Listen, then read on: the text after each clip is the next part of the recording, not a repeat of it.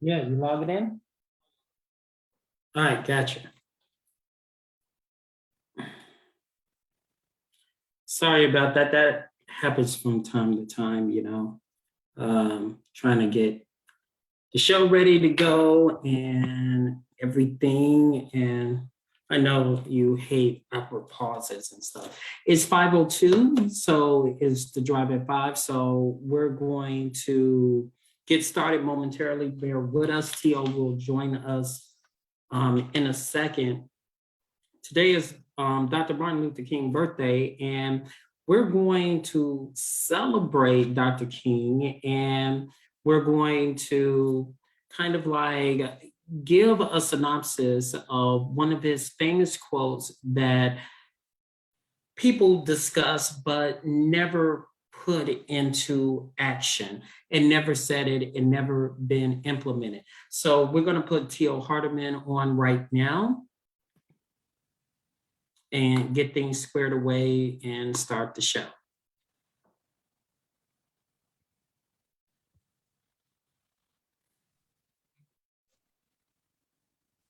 How you doing, sir? I'm doing good. Oh, okay. You ready? Let me know when you're ready. Okay. Yeah. All right. So normally we have a countdown, but we don't have a countdown. Earl is in the studio, so I'll count down myself, and we'll start the drive at 5 in 5, 4, 3, 2, 1. Good evening and welcome to the Drive at 5 on IntellectualRadio.com/iHeartRadio station. I'm your host, Roman, coming to you live via Zoom today. Please don't forget to stay tuned to IntellectualRadio.com/iHeartRadio station after the Drive at 5 for Rochelle at 6 p.m. Tonight, my guest via Zoom is a former gubernatorial candidate, author, educator, founder / CEO of Ceasefire, and radio talk show host on Sundays at 6 a.m. on WVON. Please give a Drive at 5. Welcome back to the one and only T.O. Hardeman. Welcome back to the Drive, sir. It's an honor to be here with you, Brother Roman. Today, in honor of Dr. Martin Luther King, our discussion will be one of Dr. King's quotes that remains true today. However, least quoted and should be quoted among today's Black leaders, and it is not. And I'll start by saying this: Black leaders did not ask for a handout. However, they asked for equal opportunities and a fair shot in today's society through changing government policies that hindered Black America. With that being said, Dr. Martin Luther King Jr. once said in an NBC television interview in 1967, he quoted as saying, quote, "White America must see that no other ethnic group has been enslaved on American soil. That is one thing that other immigrant groups haven't had to face. The other thing is that the color became a stigma. American society made the Negro color a stigma. America freed the slaves in 1863 through the emancipation of Abraham Lincoln, but gave the slaves no land and nothing in reality. And as a matter of fact, to get started on,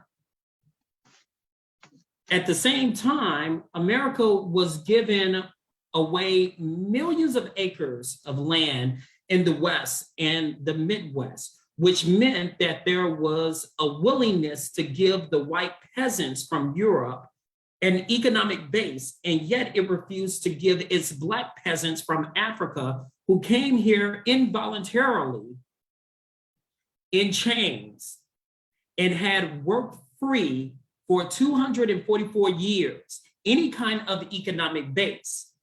And so emancipation for the Negro was really freedom to hunger. It was freedom to the winds and the rains of heaven. It was freedom without food to eat or land to cultivate, and therefore was freedom and famine at the same time.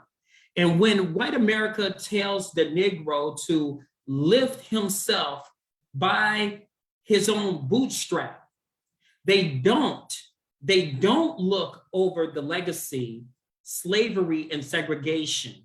I believe we ought to do all we can and seek to lift ourselves by our own bootstrap.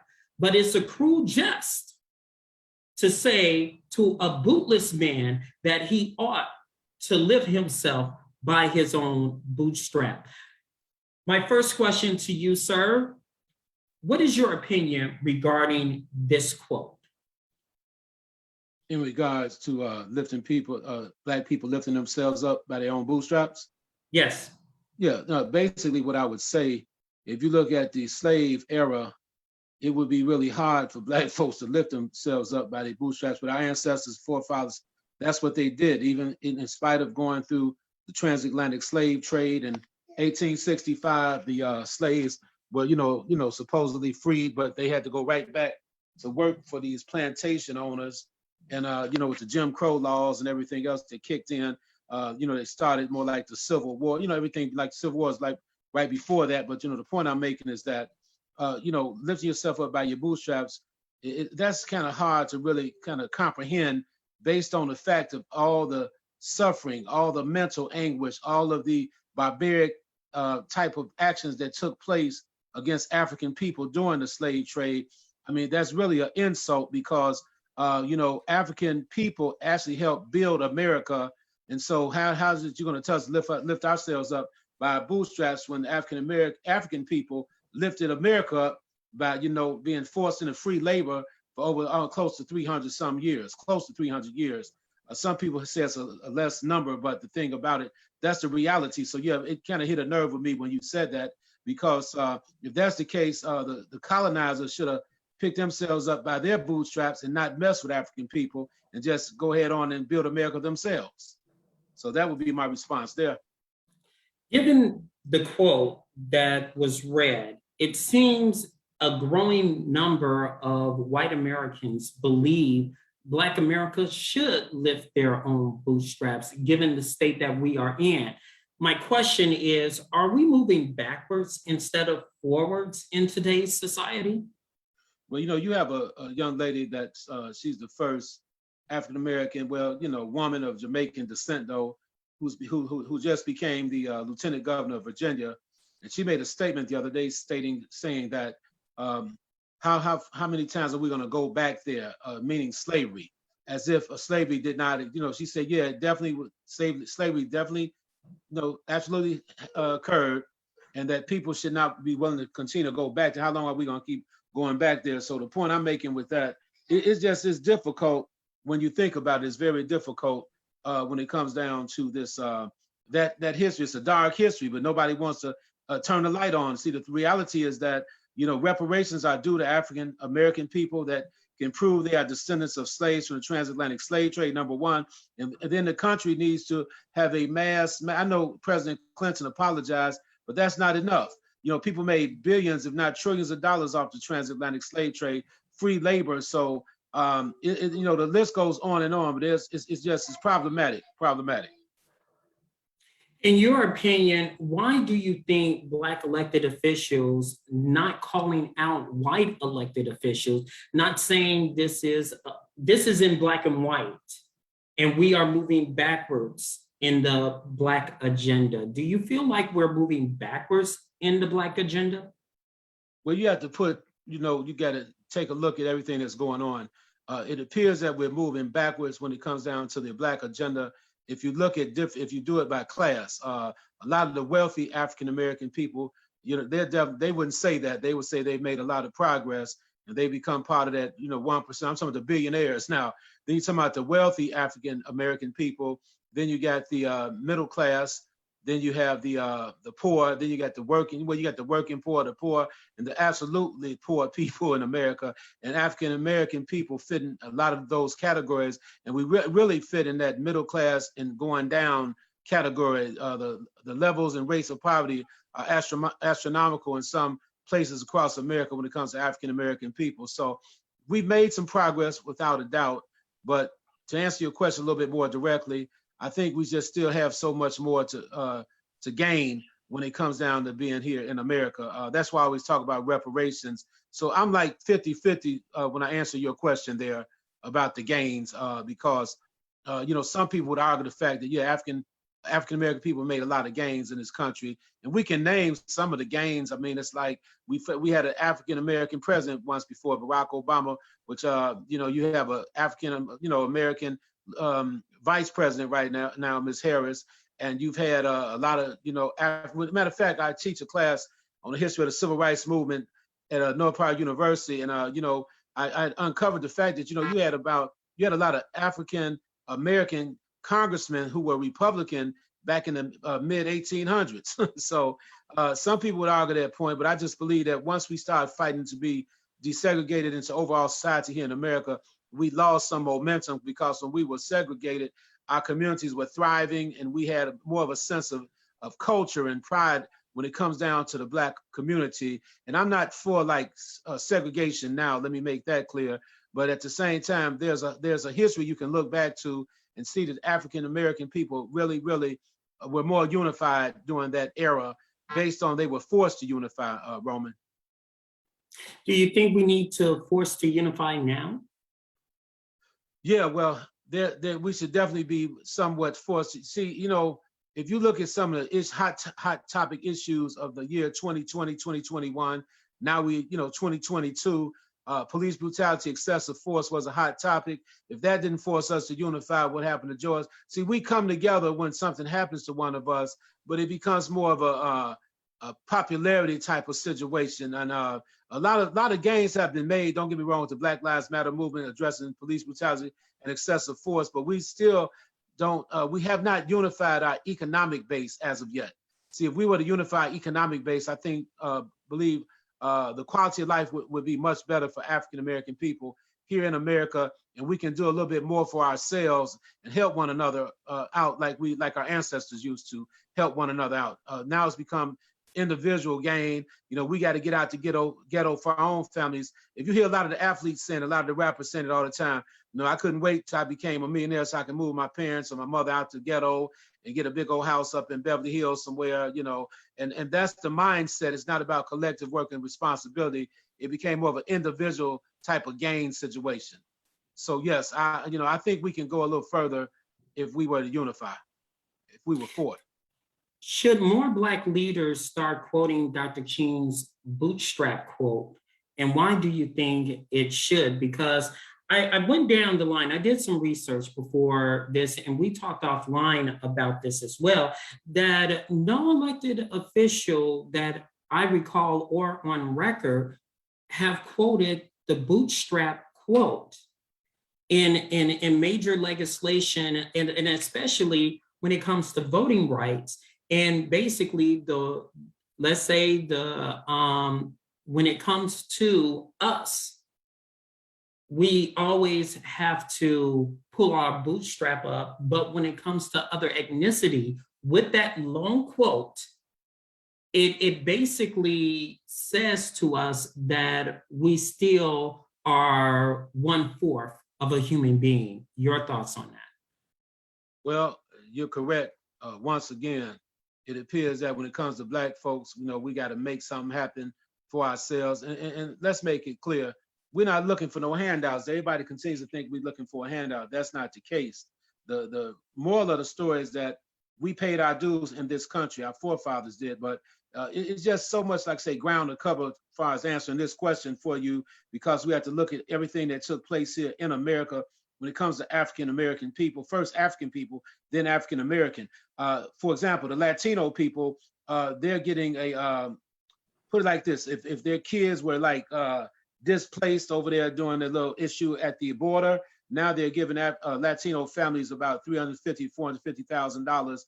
They've settled with Latino people that came here to the United States illegally, but their kids were displaced, and their kids were basically put in these concentration type of holding, cages or whatever.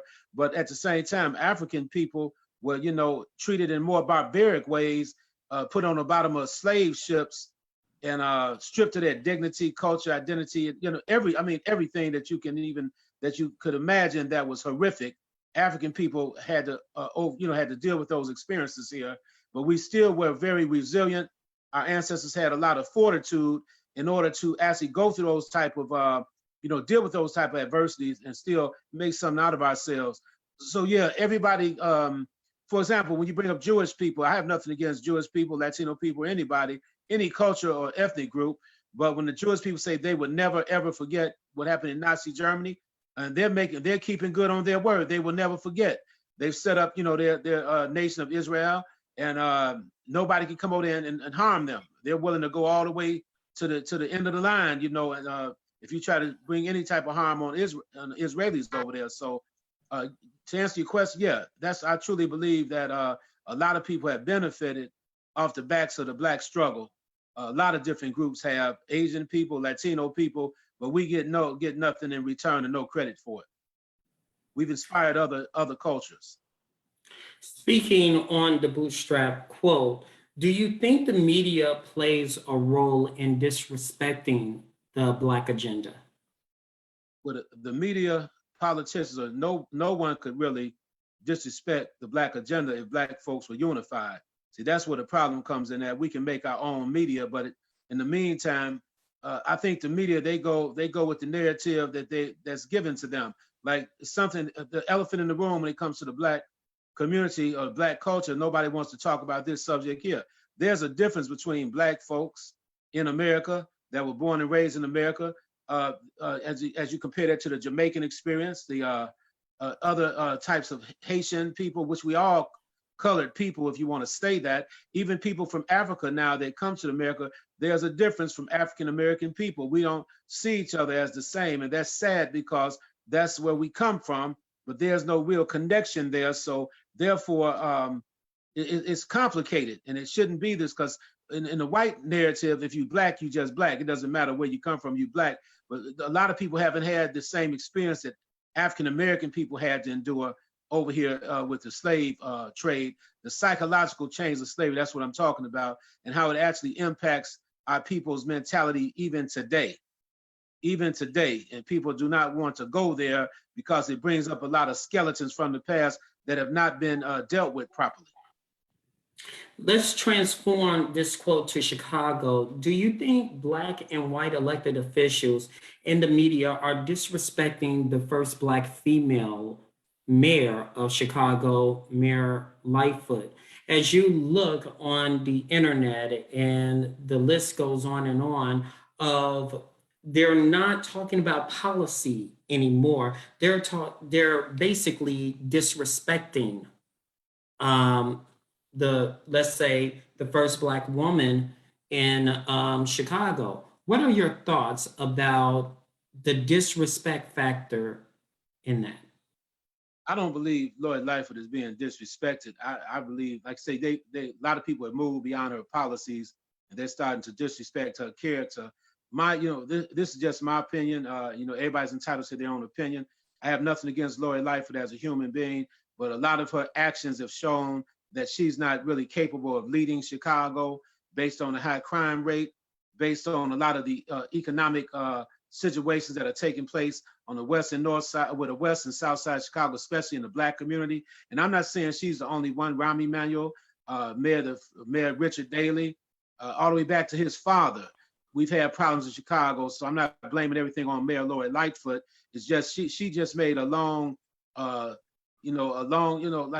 just made a whole lot of mistakes, man. A long list of mistakes here. She didn't know how to handle the rob, like the looting downtown.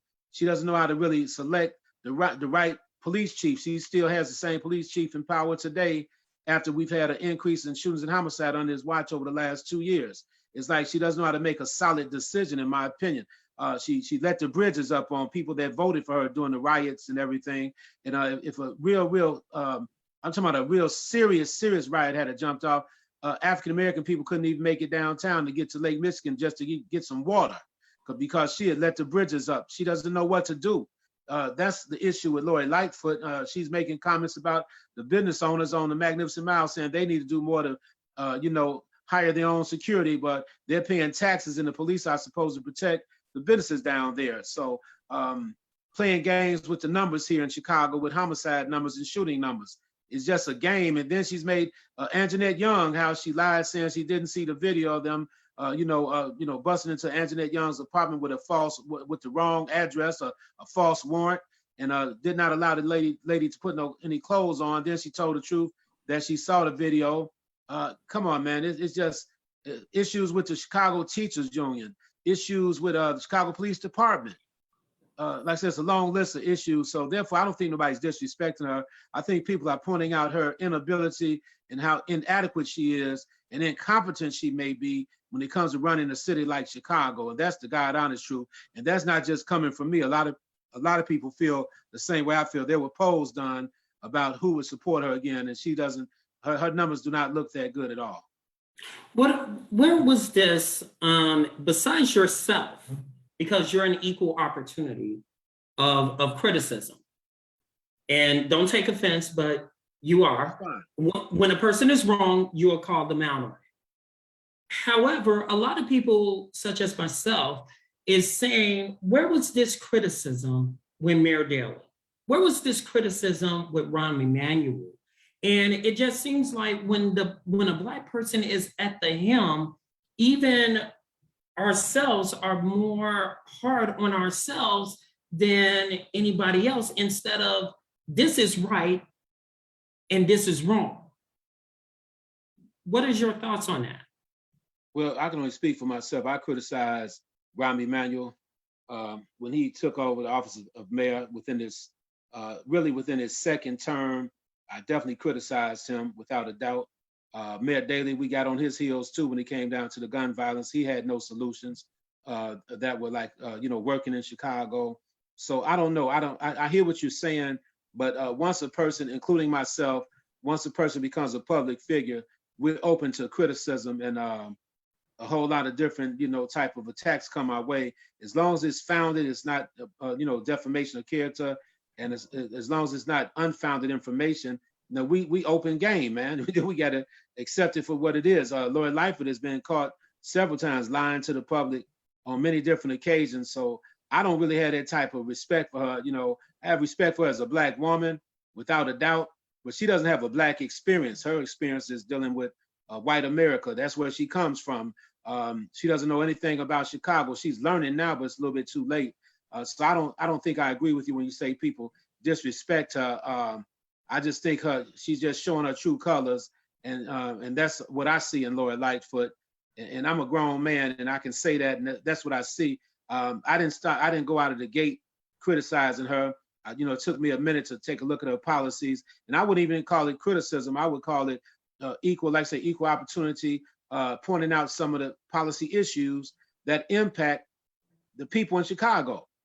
Her inability to, kind of curtail or get a handle on the gun violence. I'm not blaming her. She's not making nobody go out there and shoot anybody, but she needs to stop saying she has a program to reduce the gun violence, because if she has a program, where's the program, number one? And number two, just stop saying you got everything worked out and you don't. I wouldn't even say a word if she would just stop saying that she has a plan. Stop saying she has a plan. Let's reverse and direct the bootstrap quote to the Black community. Should the Black community pull their bootstrap despite not having a boot? Well, yeah. Well, how could you pull your bootstrap if you don't have a boot? That's another good question. But we did it anyway. Black people, African people, we took care of the business anyway. You got to understand, when we were free from so-called free from slavery, put it like that, because here it is, you worked our forefathers and ancestors, until they became very elderly people. And next thing you know, you say you're free. And now you got to just go right back and turn back around and go right back to the plantation. Some African people didn't want to leave the plantation. They didn't know where to go. Some people migrated to the north and made a life for themselves. Some people migrated other places and became very successful people. We had a lot of Black inventors during the slave era and when they freed our people. We pulled ourselves up by our feet, put it like that, by our feet and our toes. We didn't have a boot, but we pulled ourselves up from the crusty ground and made something out of ourselves. And that's why I really salute our forefathers and foremothers to the highest level ever, because I wouldn't be here today talking this way if the strength of our ancestors were not speaking through me, or the power. How can the next generation prepare for the future? And this generation is trying to provide them with a boot. However, some of the future generation is rejecting that boot. Well, the generation here in the year 2022, so a multitude of issues taking place with some of our people, not all of our people. The media kind of highlights a lot of what's going wrong in the Black community, but we don't highlight a lot of what's going right.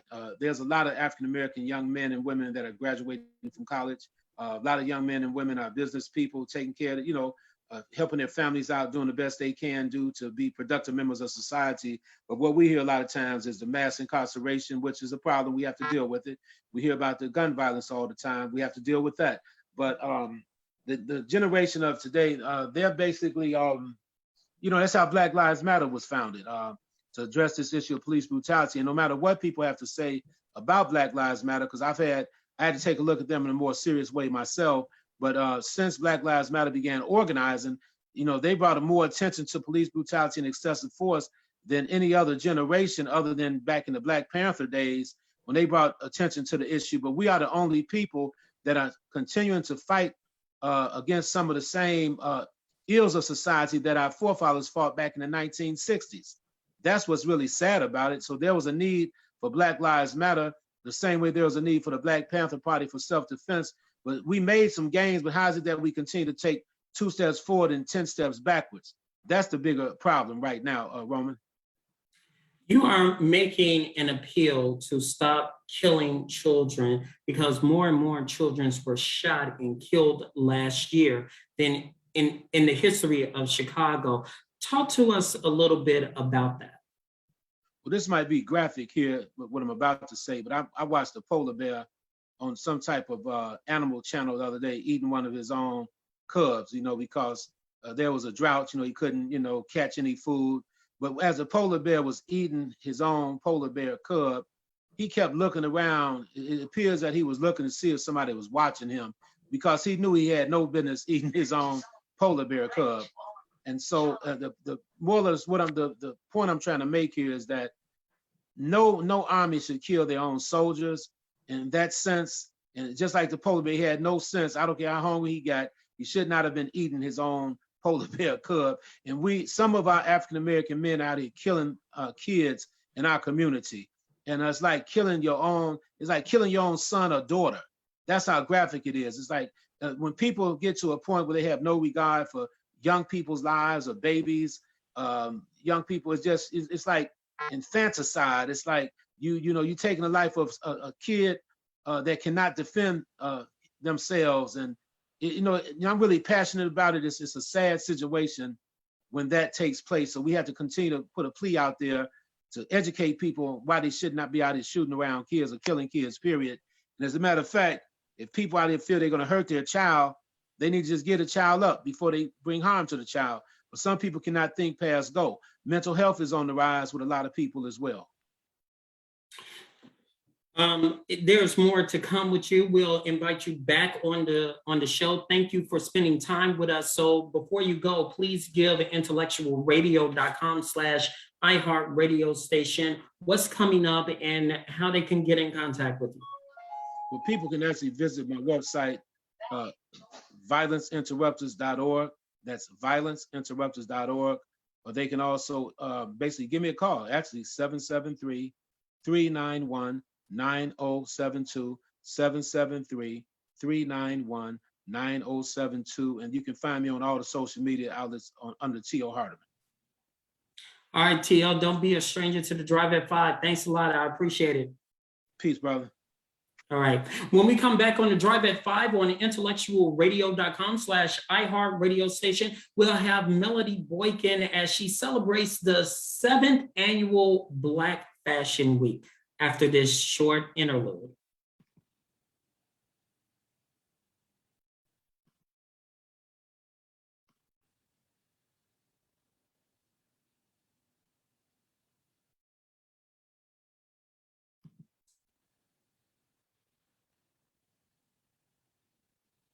Hello, ladies. Can you hear me? You guys can say something. How you doing today? Hi, how are you? I'm fine. How are you? Melody, how are you? You're fine? Okay, you know what? It's froze. I wasn't too sure like what had happened, but yeah, I can hear you. Can you guys hear me? Okay.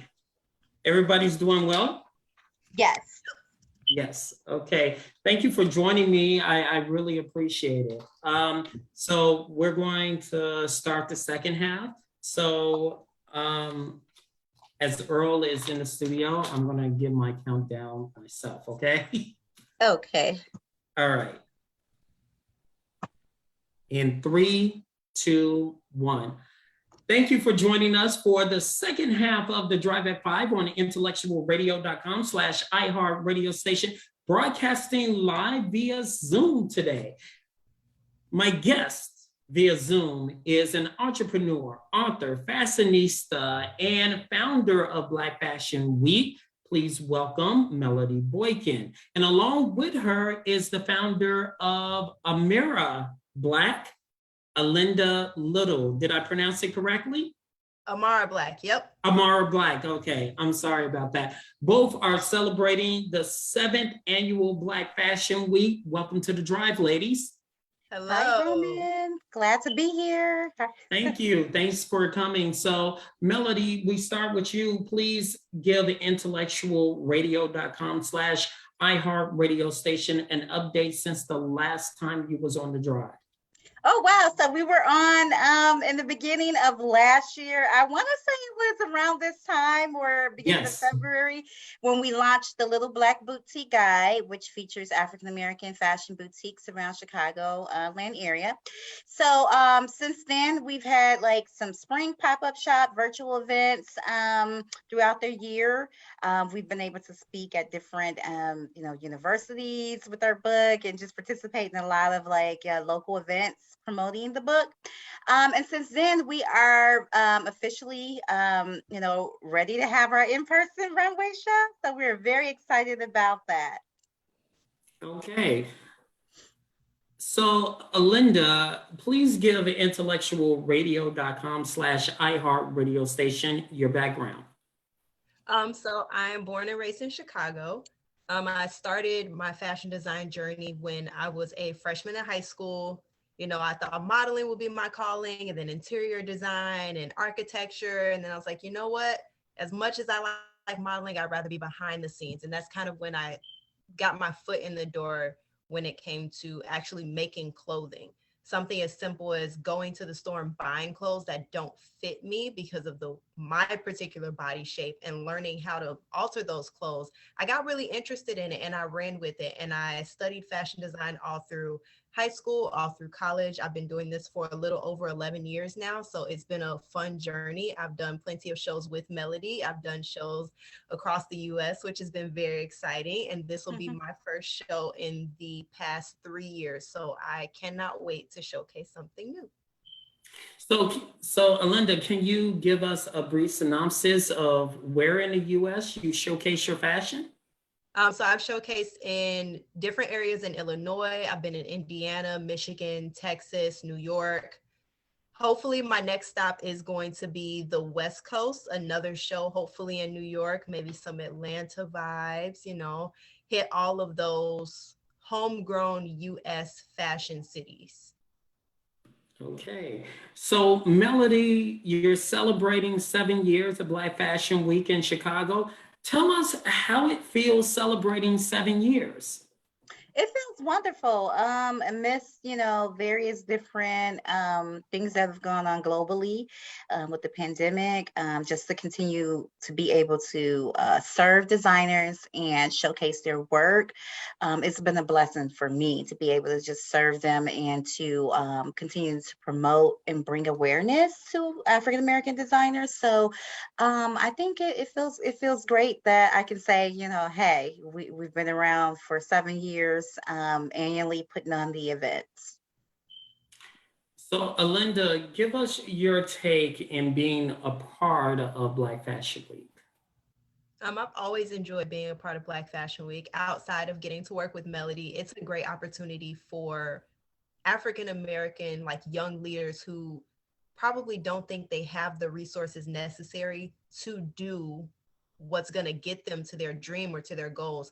It's a great program. It's a great business. Melody's a great entrepreneur, and it is amazing to work with other like-minded individuals who just want to get there, you know? So Melody, take us on a journey then and now, if you will, on how Chicago has grown in the world of fashion in the Black community. Oh yeah, it's grown tremendously. Like I can say with the over the last like 4 years or so, even before the pandemic, I noticed just the numerous amount of Black owned like fashion production companies being birthed.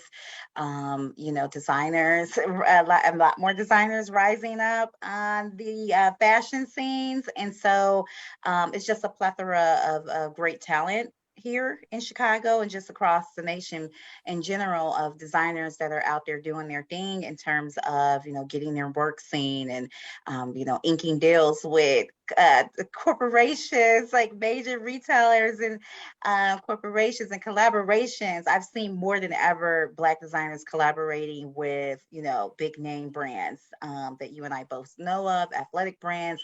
And I'm just like, wow, this is really cool. And then if I can speak to the late Virgil Abloh, who recently passed away, and he was a native of the Chicagoland area.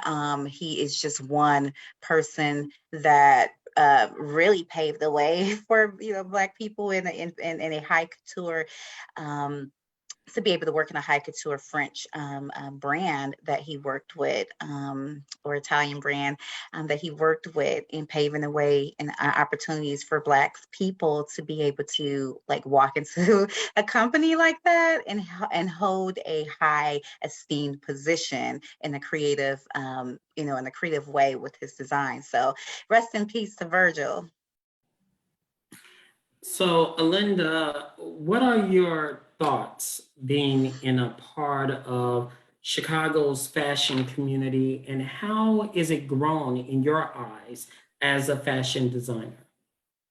It is almost like an honor to be a creative person in a place like Chicago, where 10, 20 years ago, I'm not even 30 yet, mind you, this was not a fashion capital. This is a place where people come to look at the sites and look at the buildings. This was a tourist place. Mm-hmm. When you walk down the streets, whether you're on the west side, the east side, and whether you're in the Loop, you see all these different walks of life of people and the way that they represent themselves, their culture, whether it's expressed in traditional garments or on the back of a jacket or in their makeup, their hair. All of that plays into fashion, and it's made a huge difference over the past decade or so. What I saw going to high school and college in the middle of downtown, what I saw in high school walking down the streets of downtown was totally different than what I saw in college.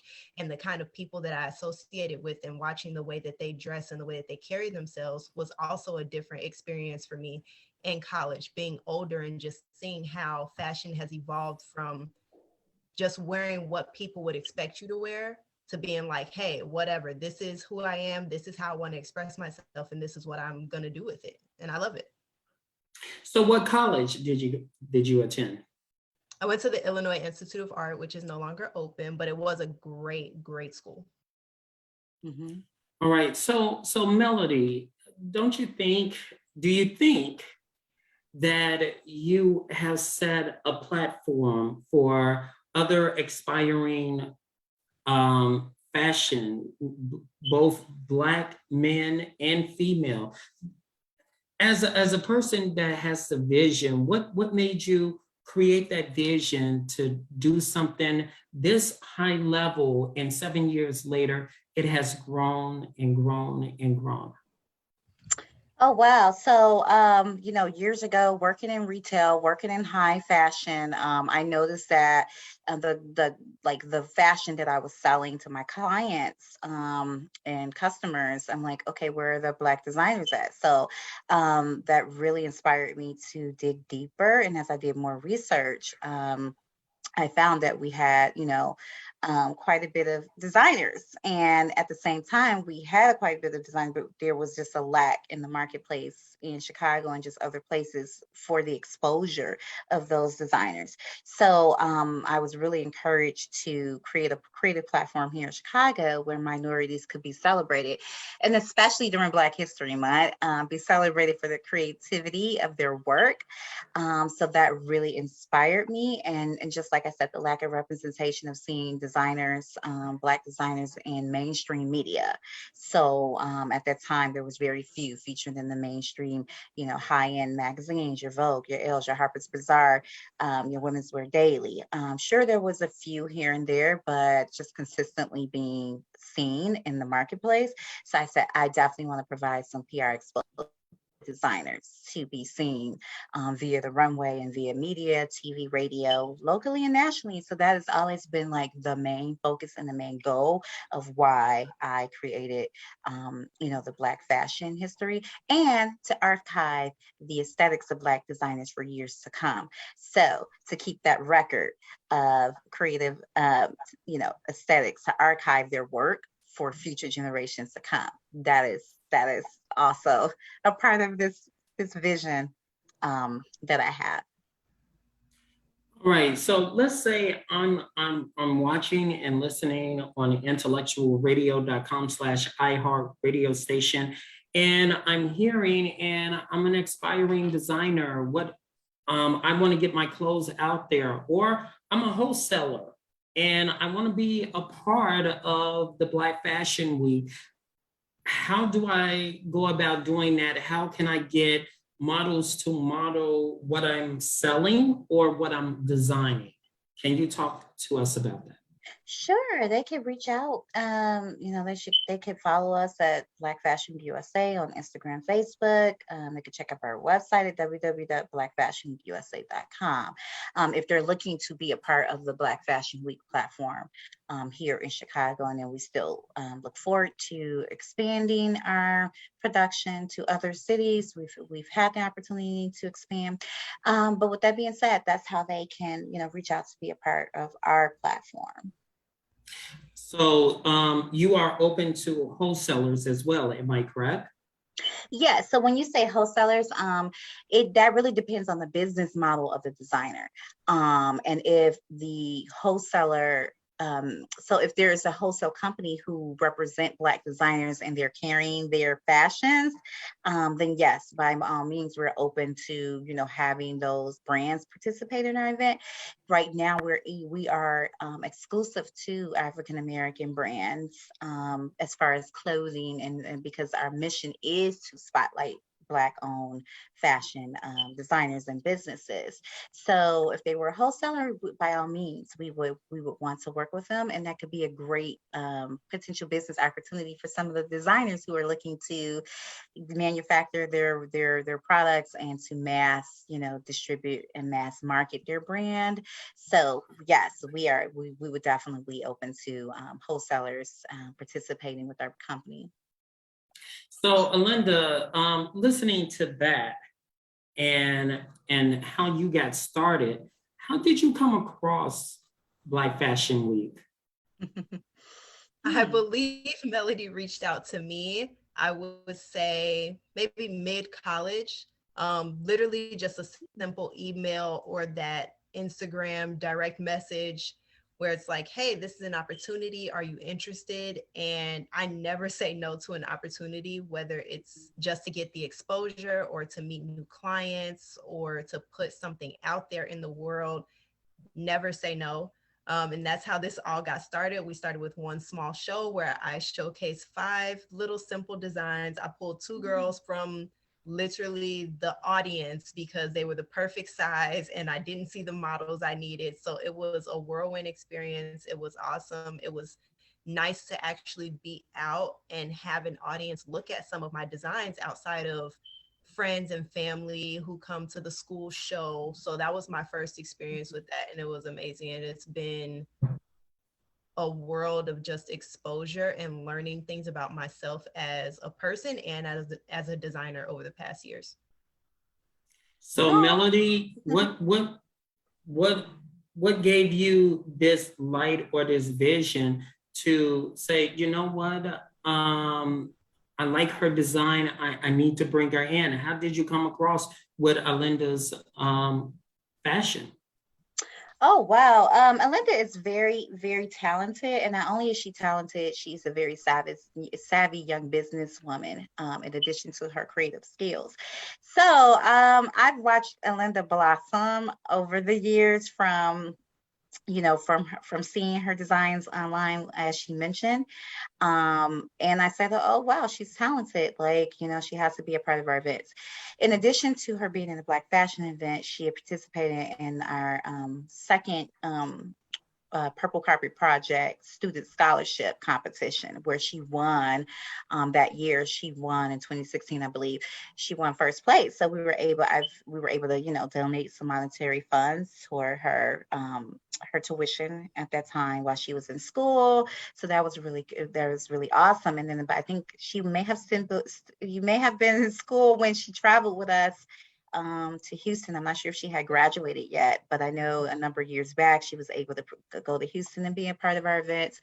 And then post graduating, she was also able to come to New York, where we went to Long Island. Long Island Fashion Week or something like that in New York. So she got a chance to get exposure. I'm not sure if I was responsible for her going to Indianapolis as well, or okay, because I don't think I was there at the actual show, but she did go to Indianapolis to be a part of the event. So she's traveled quite a bit with us, from student to now, to just see her blossom and be that fashion brand, and see all her hard work and her dedication to her craft, like, really grow and blossom. It's an absolutely thrill for me to see, and I just can't wait to see all the where she's going to go next in her career, in terms of whether she's going to manufacture her products and mass produce. But I've seen her journey, and to me, I've seen just the transformation, and I'm like, wow, from the student to full-blown business entrepreneur woman. Like, she's really taken the fashion industry, I'm going to say, by storm. So, Alinda, you hear all these good praises. How you feel? It feels amazing. You always think that you're good at something until you hear from someone else and they're like, oh, okay, almost like filling out that job application. You're like, I'm going to get this. And they're like, actually, we're going to go with another candidate. You're like, wait, what? I thought I was amazing. So it's nice to hear the praise, to hear the feedback. I'm still working on my craft. It's not going to stop. I'm still learning new things every day, trying different things, learning new fabrics, trying different shapes and silhouettes. I didn't add menswear to my repertoire until I've been doing this maybe like 5 or 6 years. So that's something that was new, adding accessories, adding just different materials, different trims. So it's always something new, but it's good to hear the feedback. It's good to hear positive criticisms. Can't fault that. So Melody, back to you. That's another thing.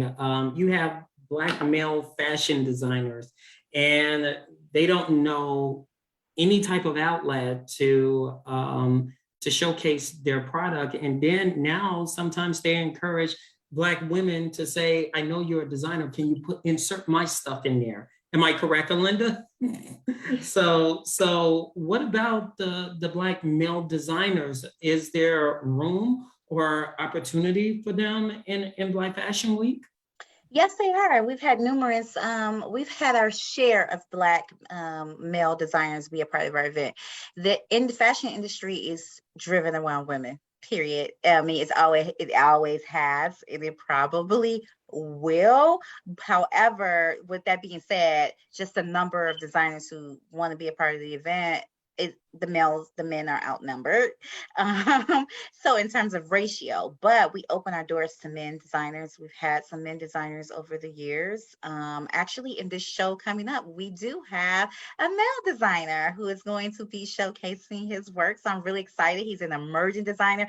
Our event will be his first fashion show. So yeah, I'm excited. You can mention his name. Huh? You can mention his name. Jonathan Thetford. Jonathan Thetford will be a part of our event, and yeah, I'm really excited to work with him and see his collection blossom. We might potentially have another male designer, can't speak on that just yet, joining our lineup. So yeah, we've had, you know, some male designers a part of the show in the past, and I do look forward to, you know, having them come on board in the future to, you know, show more of their collections on the runway. So I think it's, you know, it's a beautiful thing. Believe it or not, there's tons of male Black designers, and male Black designers have also paved the way in the fashion industry. I mentioned Virgil, who was, he was a top, you know, I'm not sure if you knew who that was, but, you know, he was pretty much at the top of I believe he was either designing for, Alinda, correct me if I'm wrong, was it Gucci or was it Versace? Off-White was his brand, but then he was the creative director for, I want to say Gucci. I think it was Gucci, or it wasn't Versace, Gucci, Louis Vuitton, one of those brands. He was the top. He was the top creative director. I mean, it doesn't get any better than that. As a head, when you become a head designer for a major, you know, European brand that's been around, that's a global brand, you know, in fashion industry. So with that being said, there's tons of male designers who have really paved the way, and I look forward to sharing their stories in my next book. That, you know, that will be published. So I look forward to shedding a light on, you know, the history of Black male designers within my next book. So yeah. So let's say somebody listening on intellectualradio.com/iHeart radio station, you see Alinda's, I'm sorry, I called you Alinda, Alinda's, you know, accessory behind her, and someone would say, I got the perfect jewelry for that. I make jewelry, I made accessories and stuff like that. Is that room for in Black Fashion Week to have someone that makes accessories to be a part of Black Fashion Week? Yes. Yeah, and you know, it all boils down to what the Linda and what the designers would want to showcase with their collection. If I have a accessory jewelry designer who says, hey, I want to be a part of it, so what we would do is reach out to all of the designers in our show and, you know, see if there's compatibility with their vision and her vision of what she wants to show on the runway, and if she's okay with it and comfortable. And yeah, so we're open to, you know, accessory designers showcasing alone, as well as you know, along with designers in our showcase, to make it a win-win collaboration. So we're definitely open. So if there's Black jewelry designers out there, preferably African American designers out there, we welcome you. And also, are you open to vendors attending Black Fashion Week? For this particular event, we're going to say no. Only reason because our event is structured like a straight runway production event, and there is really little, there's little space or time for true vendors. Runway shows in the past have been to showcase the collections for the buyers and the, you know, media and things of that sort, to get as much publicity for designers. So at this event, there will not be any opportunity. When we open our public shopping events back, our straight vending events, then by all means, we would love to have vendors. But at this runway event, it's really an experience for our guests. Our guests are going to get, they're going to get, for our VIP, there's going to be a reception with one of the most, I want to say, creative talent chefs around Chicago, Purple Ribbon Chef, Carlisa Thompson. She's going to be creating some signature cuisines for our guests at this event. And then we're going to have, you know, we have our sponsors, Barefoot Wine. So this is an experience. This is a dress up experience for our guests as well, to come to get out, for those who are not used to getting out of their comfort zone, dressing up, coming to events. It's a unique experience for the audience. So to answer your question, sorry, vendors, there's no vendors at this Maybe next year, event. right? So we're running out of time, but I want to squeeze this question in. given it's Dr. King's holiday, Melody, you can speak to this as well as you, Alinda, about how Black Fashion Week created such a positive impact on Black women, especially here in Chicago. Can you speak to us about that? Yes, I think that we have been able to share in creating an impact for Black women, a positive impact in the sense where we've had models, we've had people come and be a part of our event that they never were introduced to high fashion before. Like I've had first time young models, or they've never experienced putting on a fabulous gown. So to experience that level of etiquetteness in attire for them was a level of raising and boosting their self-esteem, to see themselves in a different capacity of where they can be and what they can aspire to do on the runway. And then just encouraging overall just a positive self-image, as a positive. All of our shows have featured more of the like career social attire, formal wear attire, something out of the norm from, the traditional everyday casual wear and things of that sort. And all of that has to do with the image that you portray. The clothing has a lot to do with how we self-identify and the things in the garments and colors and things that we choose to put on each day. So I think women coming through our platform have had a sense of, self of who they are, embracing their beauty from the inside out. Alinda, your take on it? It is, again, I'm gonna use the word honor. When you think back and you look at what people like Dr. King fought for and what they stood for and what the message was, not just about the violence, but about making sure that we as a minority then and now have the same opportunities as everyone else, to be able to go out and start a business, to live our dream, to travel, to become a merchant and have people buy things, to become a media star, whatever it is that you want to do, we have those opportunities. Whether they just come to you or you have to go fight for them and look for them, that's what they stood for and that's what they fought for. And it's an amazing feeling to know that I can literally do whatever I want, especially as a minority, not just because of my skin color or because I'm a female. I'm an African-American woman. So I've got a minority on top of a minority, and I can accomplish great things. And I feel like that is a lesson for everyone to know, is that the word no is always going to be out there. It's just about how you overcome that. So Alinda, you have a design behind you. Can you describe that to us? Oh, yes. This is, so I'm going to kind of give you guys a little look here. This is one of my pieces from a previous show that I did.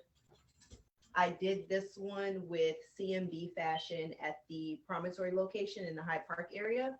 This is one of my faux leather strapless jumpsuits with custom elastic that has my name on it. There's a full collection of these, both men and women's looks, that featured a kind of chic take on sportswear. So I have jumpsuits, bomber jackets, leather skirts, dresses, just something that felt really sophisticated, but also felt a little on the sporty side, joggers, things like that. This collection did showcase a lot of intricate detail, which I'm also a big fan of, between the stitching and the zippers, taking that extra time to dye the elastic and get my name printed on there at home, making sure that the fit is everything that I want, and having it walk down the runway. It's a great feeling. So this is a nice little example of what represents me as a designer. All right, Alinda, I'll start with you. Please give IntellectualRadio.com/iHeart radio station where they can get a hold of you. Okay, so the official Amara Black website is not up. It is in the works for purchases, but I can be reached on Instagram at __Amara Black __. You can also reach me on on Snapchat the same way, or you can shoot me an email, alinda.little@gmail.com.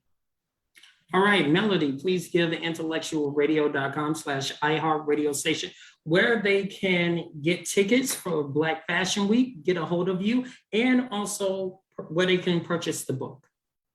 Awesome. So you can find the Little Black Boutique Guide available on Amazon.com, Barnes and Noble, and Walmart.com, and a host of other platforms wherever books are sold. Most importantly, you can get a signed copy at www.blackfashionweekusa.com/The Little Black Boutique Guide.